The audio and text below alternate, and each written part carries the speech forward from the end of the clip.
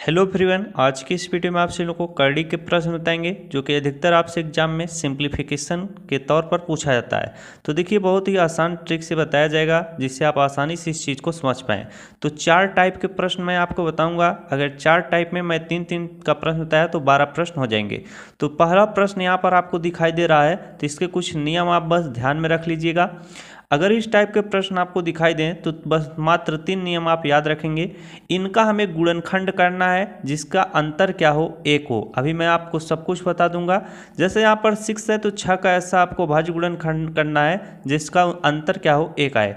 दूसरी चीज़ है, अगर चिन्ह यहाँ पर जैसे प्लस प्लस में हो तो बड़ा वाला फैक्टर यानी गुणनखंड उसका क्या होगा, आंसर होगा। अगर प्रश्न में चिन्ह क्या हो, माइनस माइनस दिया हो तो छोटा वाला फैक्टर यानी छोटा वाला गुणनखंड उसका क्या होगा, आंसर होगा। अब देखिए प्रश्न को कैसे सॉल्व किया जाएगा। जैसे देखिए यहाँ पर 6 + 6 + 6 इस तरह से अनंत तक दिया रहेगा आपके प्रश्न में। तो यहाँ पर देखिए हमें क्या करना है, ये जो यहाँ पर 6 लिखा हुआ है, 6 को इस प्रकार से तोड़ना है, इनका इस प्रकार से गुणनखंड करना है कि अंतर क्या हो, 1 हो। जैसे हम 6 को तोड़ते हैं, अगर हम 2 × 3 करते हैं तो 2 तिहाई कितना होता है, 6 होता है। अब 2 और 3 का अंतर क्या है, 1 है, यानी 3 में से अगर आप 2 घटाएंगे तो कितना हो जाएगा, 1 आ जाएगा। डिफरेंस मतलब क्या होता है, अंतर होता है। तो देखिए इसका जो है डिफरेंस 1 आ गया ना। तो जब प्रश्न में अगर प्लस प्लस का चिन्ह हो, तो अगर प्लस प्लस का चिन्ह हो तो बड़ा वाला फैक्टर क्या होगा, आंसर होगा। तो 2 और 3 में बड़ा कौन है, 3 बड़ा है। तो इस प्रश्न का आंसर क्या हो जाएगा, 3 हो जाएगा। अब यहाँ पर देखिए ट्रिक के माध्यम से इसका आंसर तो काफ़ी इजी तरीके से सॉल्व हो गया, लेकिन अगर आप इसको बेसिक तरीके से सॉल्व करते तो काफ़ी लंबा सॉल्व होता। वैसे मैं ऐसे प्रश्नों को इसका बेसिक भी जरूर बताऊंगा आपको। चलिए अगला प्रश्न आपको बताते हैं। अगला प्रश्न है, रूट करड़ी के अंदर देखिए 72 + 72 + 72 है। ये क्या है, अनंत तक आपको दिए रहेंगे। अब ऐसे प्रश्नों को सॉल्व करने का मैं तरीका आपको बता चुका। अगर यहाँ पर 72 है तो इसको हम क्या करेंगे, इसका गुणनखंड करेंगे।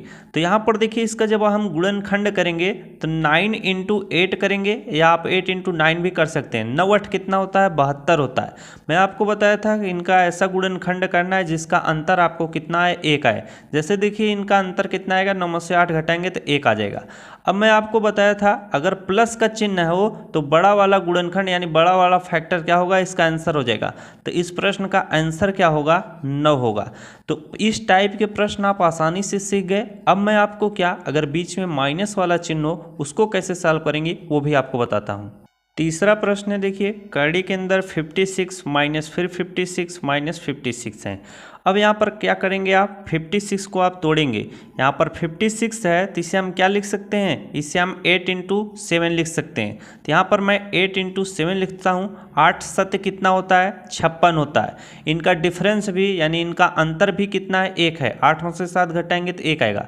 मैं बताया था कि अगर बीच में माइनस का चिन्ह हो और इनका जो हम गुणनखंड करेंगे तो छोटा वाला क्या गुणनखंड हमारा आंसर हो जाएगा। तो इस प्रश्न का आंसर आपका क्या होगा, 7 होगा। क्या होगा, 7 होगा। तो देखिए इस बहुत ही शानदार ट्रिक है। इस ट्रिक के माध्यम से काफ़ी इजी तरीके से ऐसे प्रश्नों को आप सॉल्व कर पा रहे हैं। तो कोई भी अगर इस टाइप से आप प्रश्न पूछ भी लेता है तो उसे आप मुझबानी भी क्या बता सकते हैं। चलिए मैं आपको अगला टाइप का प्रश्न कराता हूँ। इस टाइप का एक प्रश्न और आपको करा देता हूँ, इसके बाद आपको अगला टाइप जरूर कराऊंगा। यहाँ पर देखिए करड़ी के अंदर 6 - फिर से 6 है, फिर -6 है। तो यहाँ पर हम क्या करेंगे, 6 का हम क्या करेंगे, गुणनखंड करेंगे। तो इसका गुणनखंड क्या हो जाएगा, 2 × 3 हो जाएगा। हमको देखिए ऐसा गुणनखंड करना है जिसका डिफरेंस क्या है, 1 आए, यानी उनका अंतर। ऐसा गुणनखंड नहीं करना है कि जिनका डिफरेंस 1 ना आए। तो बात को ध्यान से समझिएगा। अब यहाँ पर देखिए माइनस का चिन्ह लगा हुआ है तो छोटा वाला गुणनखंड क्या होगा, आंसर होगा। तो यहाँ पर इसका आंसर क्या हो जाएगा, 2 हो जाएगा। क्या हो जाएगा, 2 हो जाएगा। चलिए अब आपको अगला टाइप का प्रश्न कराते हैं। इसे आप कॉपी पर नोट कर लीजिए। ये देखिए आपको हर जगह काम आएगा।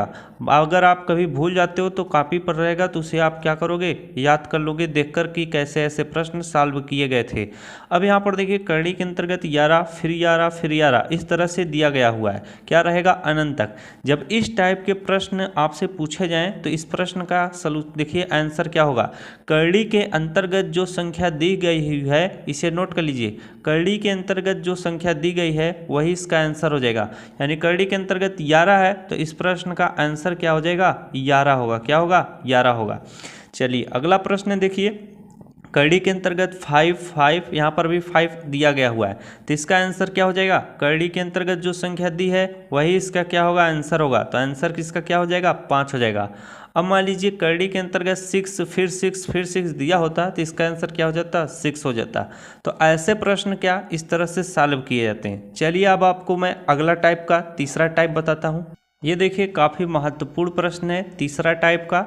अभी तक आपने जितने प्रश्न देखे वो करड़ी के अंतर्गत सेम संख्या लिखी हुई थी। अगर 11 लिखा हुआ है तो करड़ी में 11 ही आपको दिखाई दे रहा था, लेकिन अब देखिए करड़ी के अंतर्गत 11 फिर 21 फिर 16 लिखा हुआ है, बीच में आपको प्लस का भी चिन्ह दिखाई दे रहा है। तो ऐसे प्रश्न देखिए कैसे सॉल्व होंगे। अब यहाँ पर देखिए हम क्या करेंगे, ऐसे प्रश्नों में पीछे से क्या करते हैं? सॉल्व करते हैं। इसमें देखिए 16 लिखा हुआ है तो 16 को आप क्या लिख सकते हो? 4 गुणे 4 लिख सकते हो। क्या लिख सकते हो? 4 गुणे 4। जब आपने 4 गुणे 4 कर दिया तो ये क्या हो जाएगा? 4 करड़ी से बाहर आ जाता है। तो जब बाहर आ जाएगा तो 21 प्लस कितना हो जाएगा? 4 हो जाएगा। तो 21 में हम जब 4 जोड़ देंगे कितना हो जाएगा? 25 हो जाएगा। यानी इस करड़ी के अंतर्गत पूरा कितना हो जाएगा? 25 करड़ी के अंतर्गत हो जाएगा।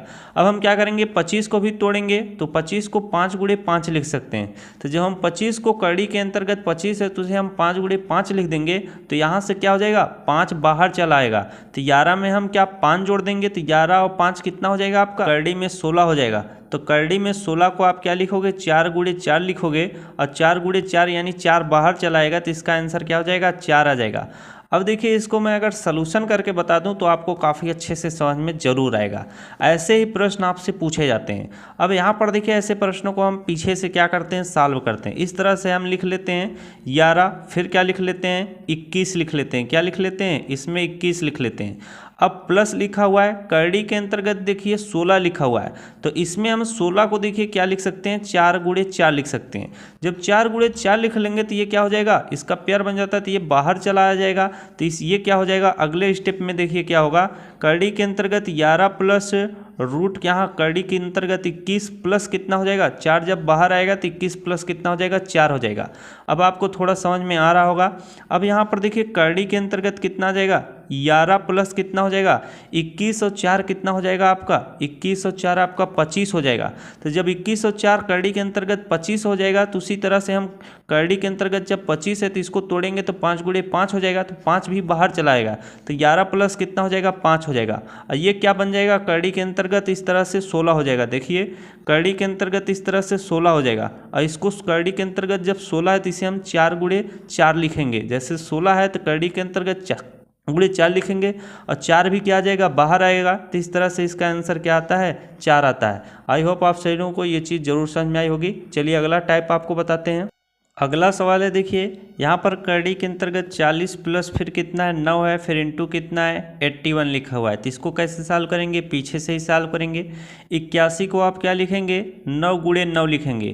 तो क्या हो जाएगा? यहाँ से 9 बाहर चलाएगा। फिर यहाँ पर देखिए लेकिन 9 इंटू का चिन्ह था, तो 9 गुणे 9 कर देंगे। फिर से यहाँ पर कितना हो जाएगा? 81 हो जाएगा करड़ी के अंतर्गत। कितना? 81। अब फिर से आप 81 को तोड़ेंगे तो कितना आ जाएगा? 9 गुणे 9 आ जाएगा।